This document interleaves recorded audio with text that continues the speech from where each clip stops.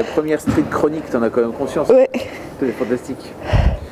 Uliluste, trop n'est pas assez. Uliluste, sans doute, tu veux dire.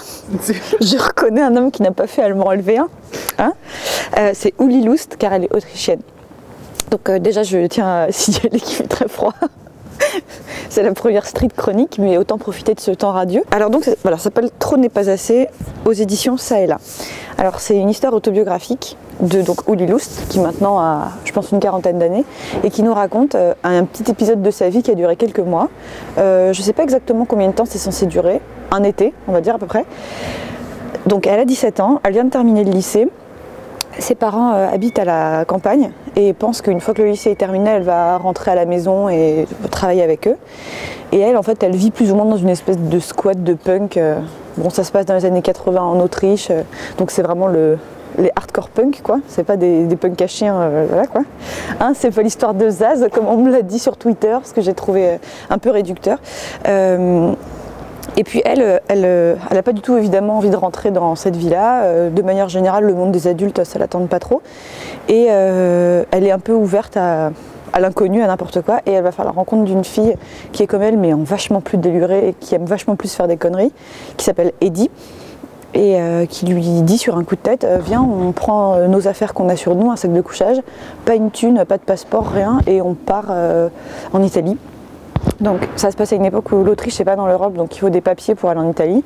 Donc elles y vont clandestinement à pied, en passant la frontière, voilà, comme ça à pied à l'arrache. Et après elles se font tout un trip dans l'Italie pendant 3 mois, où elles vont à Rome, à Naples, enfin jusqu'en Sicile même,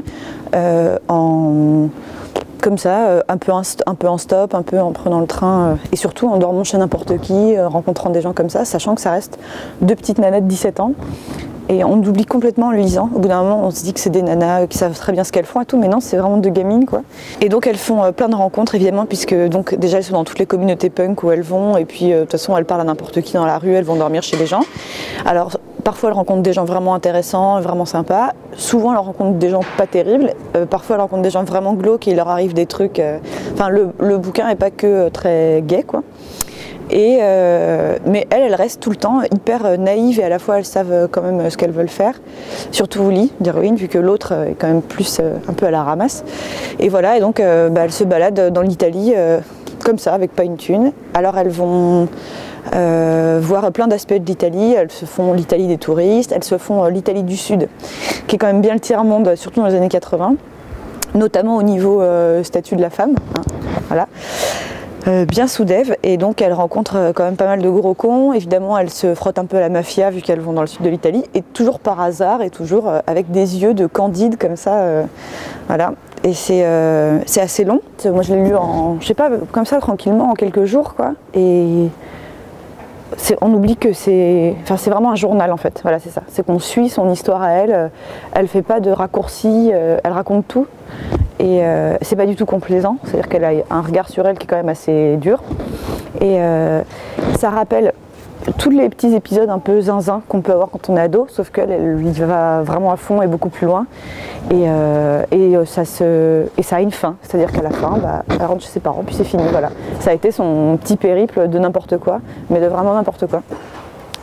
Alors on se dit, moi j'étais quand même une rebelle à 2 sous quand j'avais 17 ans à côté, parce que c'était, j'ai rien fait de tout ça, mais tout n'est pas nécessaire dans ce qu'elle a fait non plus, donc voilà.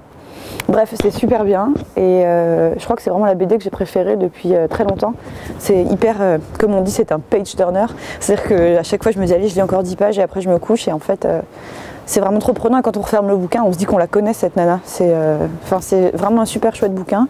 Je pense qu'il peut plaire à n'importe qui, à peu près. Donc en plus on peut l'offrir, période des fêtes ou des cadeaux. Voilà. Merci Pénélope. Merci. Uliluste. Uliluste. Fabrice.